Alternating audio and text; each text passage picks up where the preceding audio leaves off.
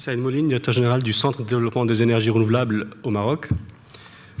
On l'a vu tout à l'heure dans la dernière session, si pour la crise financière, l'Afrique n'est pas responsable, mais d'un autre côté, elle n'est pas trop touchée. Pour les changements climatiques, l'Afrique n'est pas du tout responsable, mais elle subit les conséquences des changements climatiques d'une façon dramatique. Un Africain, on l'a bien vu, émet 10 fois moins de carbone qu'un Européen, 20 fois moins qu'un Américain. Mais aujourd'hui, dans les processus actuels, les fameux mécanismes de développement propre du protocole de Kyoto, 90% des projets enregistrés sont soit chinois, indiens, brésiliens ou mexicains, et les projets africains ne représentent même pas 2%. L'Afrique subit ces conséquences et attend beaucoup de Copenhague. Et on espère sérieusement que ces anomalies liées au protocole de Kyoto actuel seront résolues pour que ce continent, qui a d'énormes ressources, qui a besoin de beaucoup d'énergie, commence à avoir l'accompagnement nécessaire. Et j'aurais une question aussi pour les pays africains qui y auraient une politique volontariste en termes d'énergie renouvelable, en termes d'efficacité énergétique. Quel type d'accompagnement pourrait venir? Bien sûr, ça sera discuté à Copenhague, mais il y a déjà des idées qui sont sorties de plusieurs rencontres. Et une d'entre elles, c'était que, copier un peu le schéma européen, on a vu que le feed-in tarif appliqué à l'Europe a fait une explosion, une utilisation importante des énergies renouvelables par les Européens. Est-ce que cette formule, rendue au niveau international ou rendue au niveau d'un continent, peut être quelque chose de plausible? Je vous remercie. Probably Rick. You want to do that one, Rick? We'll take this question. You want to get that one, Rick?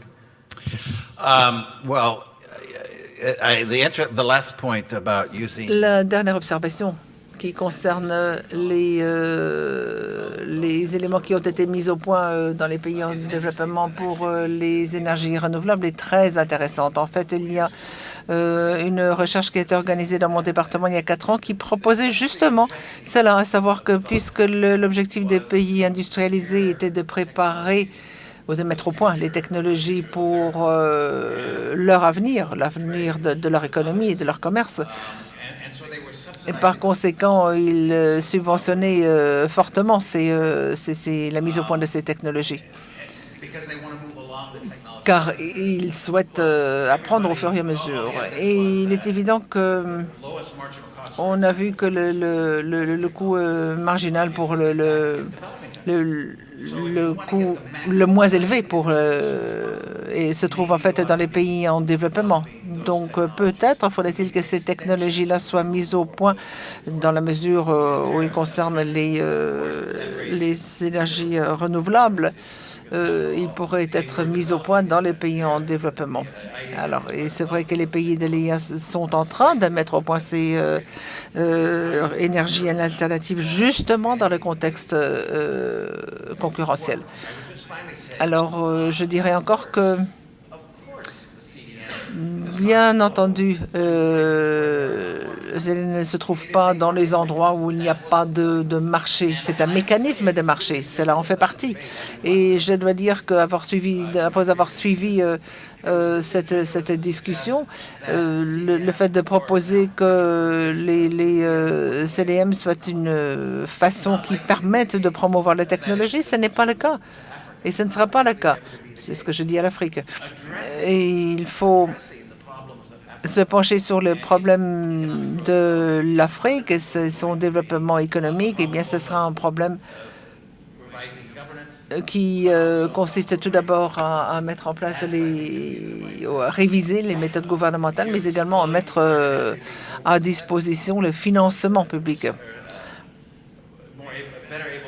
À ce moment-là, ces pays seront peut-être mieux en mesure de développer leur marché et d'utiliser leurs propres ressources.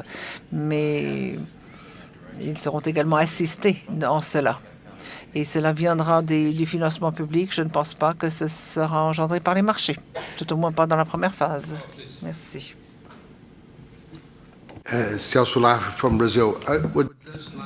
à cela du Brésil. J'aimerais ajouter un commentaire concernant les énergies renouvelables et la question de la biomasse. Et j'aimerais également parler de l'expérience brésilienne de l'éthanol qui provient de la canne à sucre. Et ce que j'aimerais dire en fait, c'est qu'il ne faudrait pas comparer l'éthanol qui provient de la canne à sucre de l'éthanol qui provient du maïs. Ce qui me ramène à la question qui a été posée concernant la production alimentaire. Eh bien, le Brésil, comme vous le savez, a une longue expérience de production d'éthanol. Il y a beaucoup de recherches scientifiques dans ce domaine qui est bien connu. Nous utilisons des voitures qui peuvent fonctionner soit à l'essence, soit à l'éthanol, ou les deux. Et il existe également des voitures hybrides. Vous avez la possibilité d'ajouter de l'éthanol dans le mélange et d'en faire un mélange avec l'essence. Et j'aimerais donc dire que la situation n'est pas toujours la même que l'on parle de biomasse ou d'éthanol selon le pays dont on parle et selon les conditions dans lesquelles cette production se fait. Et encore un dernier commentaire, si vous me le permettez. Le Brésil, en 2002, lors de la conférence de Johannesburg, a présenté un objectif pour l'énergie renouvelable qui a été accepté dans la région, mais qui n'a pas été accepté dans les conclusions de la conférence. Donc, je pense que c'est un point important, car c'est ici que l'on voit qu'il y a d'autres sujets, d'autres répercussions internationales qui pèsent également. Voilà un excellent argument. Il existe une véritable différence entre l'utilisation de canne à sucre au Brésil et de betteraves sucrières aux États-Unis ou en Europe. Et ici, les États-Unis et l'Europe ont changé leurs objectifs de biocarburants en faveur d'objectifs renouvelables, en abandonnant au risque de gêner le cycle alimentaire. Il faut être attentif dans les renouvelables et voir les véritables économies en matière de carbone et l'efficacité de la technologie. Ici, vous remontez aux terrains qui ont été utilisés. À quoi servit-il autrement et quelles seraient les implications de l'azote épandu sur ces champs pour faire pousser les plants? Il y a beaucoup d'éléments qui doivent intervenir avant de parvenir à une bonne définition de ce qui constitue une source d'énergie renouvelable et viable.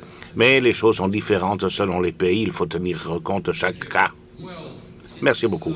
Eh bien, il n'est pas facile de résumer une discussion aussi animée et complète. Je vais vous dire une chose. En russe, nous avons une série populaire qui dit qu'il existe peut-être des opinions différentes quant au sort du monde et que la Russie finira par en profiter étant donné que nous aurons aussi chaud qu'à Marrakech.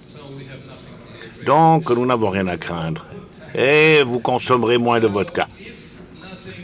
Donc, si rien ne se fait dans ce domaine, et si dans 20 ans, nous avons encore froid, il est temps de se mettre à l'œuvre. Je suis donc certain que dans 20 ans, la conférence se tiendra en Sibérie, sous les cocotiers, et vous y serez les bienvenus. Merci de votre participation.